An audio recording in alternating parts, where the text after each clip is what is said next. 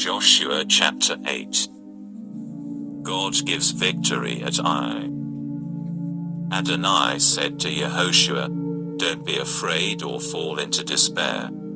Take all the people who can fight with you, set out, and go up to Ai.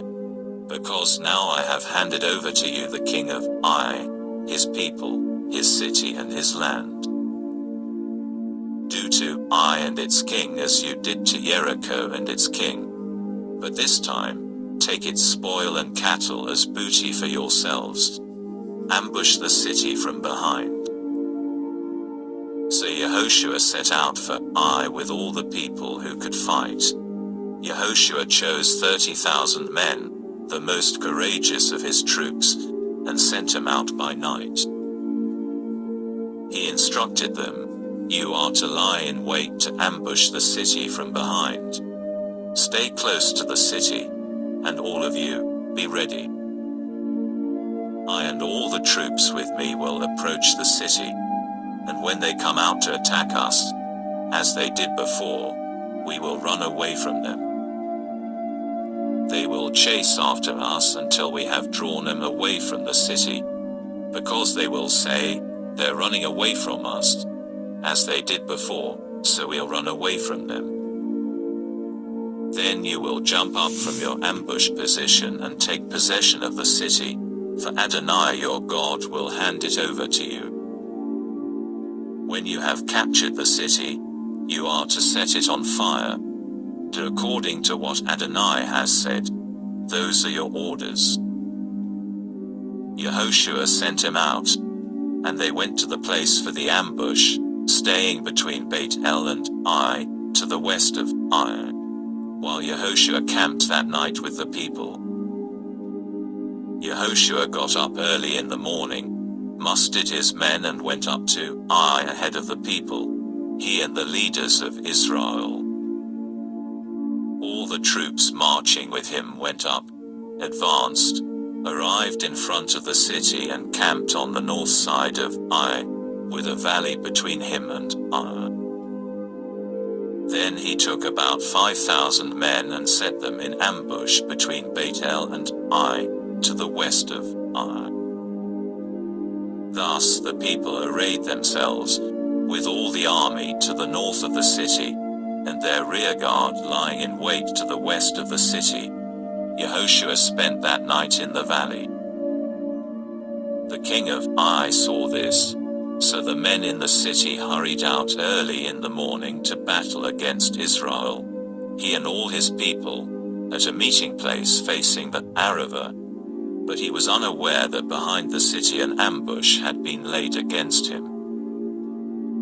Yehoshua and all Israel made as if they had been defeated before them and ran off on the road to the desert. All the people in Ai were summoned together to pursue them, so they chased Yehoshua and were drawn away from the city. Not a man was left in Ai or Beit El who had not gone after Israel. Pursuing Israel, they left the city wide open. Then Adonai said to Yehoshua, "Point the spear in your hand toward Ai, because I will hand it over to you." Yehoshua pointed the spear in his hand toward the city. The men in ambush jumped up quickly from their place. The moment he stretched out his hand, they ran, entered the city and captured it, and they hurried to set the city on fire. When the men of Ai looked behind them, they saw it. There was the smoke from the city, rising to the sky, and they had no power to flee this way or that, at which point the people who had run off toward the desert turned back on the pursuers. When Yehoshua and all Israel saw that the ambush had captured the city and that the smoke of the city was going up, they turned back and slaughtered the men of Ai, while the others came out of the city against him too, so that they were surrounded by Israel with some on this side and some on that side. They attacked them, allowing none to remain or escape. But they took the king of Ai alive and brought him to Yehoshua.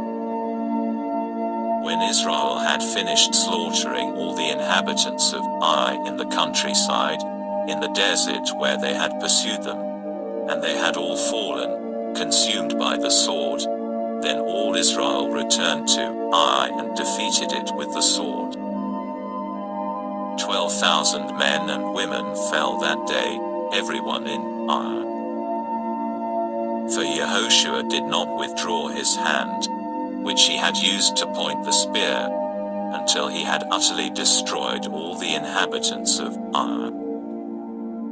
Only the livestock and the spoil of that city did Israel take as booty for themselves, in keeping with the order Adonai had given Yehoshua. So Yehoshua burned down Ai and turned it into a telephone forever, so that it remains a ruin to this day. The king of Ai he hanged on a tree until evening. At sundown Yehoshua gave an order, so they took his carcass down from the tree, threw it at the entrance of the city gate and piled on it a big heap of stones, which is there to this day. Israel worships the Lord. Then Yehoshua built an altar to Adonai, the God of Israel, on Mount Ival.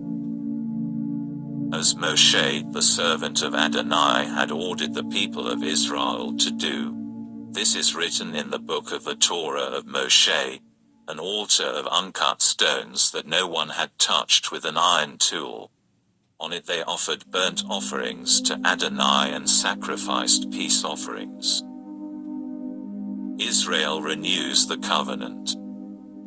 He wrote there on the stones a copy of the Torah of Moshe, inscribing it in the presence of the people of Israel. Then all Israel, including their leaders, officials and judges, stood on either side of the ark in front of the Kohanim, who were Leviim and who carried the ark for the covenant of Adonai. The foreigners were there along with the citizens.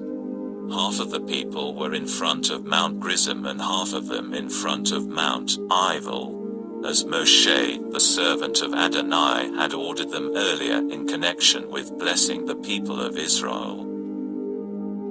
After this, he read all the words of the Torah, the blessing and the curse, according to everything written in the book of the Torah. There was not a word of everything Moshe had ordered that Yehoshua did not read before all Israel assembled, including the women, the little ones and the foreigners living with them.